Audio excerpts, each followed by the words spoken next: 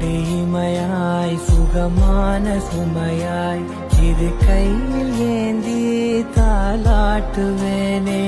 காற்றோடு தலை கோதி நதியோடு தவழ்ந்து உயிரோடு உயிராக உறவாடும் அழகே.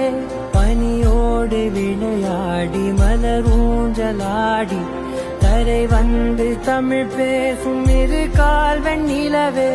சிறகாக உன்னை நான் ஏந்தி செல்வேன், சினுங்காமல் உன்னை நான் பார்த்து கொள்வேன். ஒரு கோடி இன்பங்கள் உன்னை பார்த்த நொடியில் நான் வாழும் நாள் மட்டும் நீ எந்த மடியில்.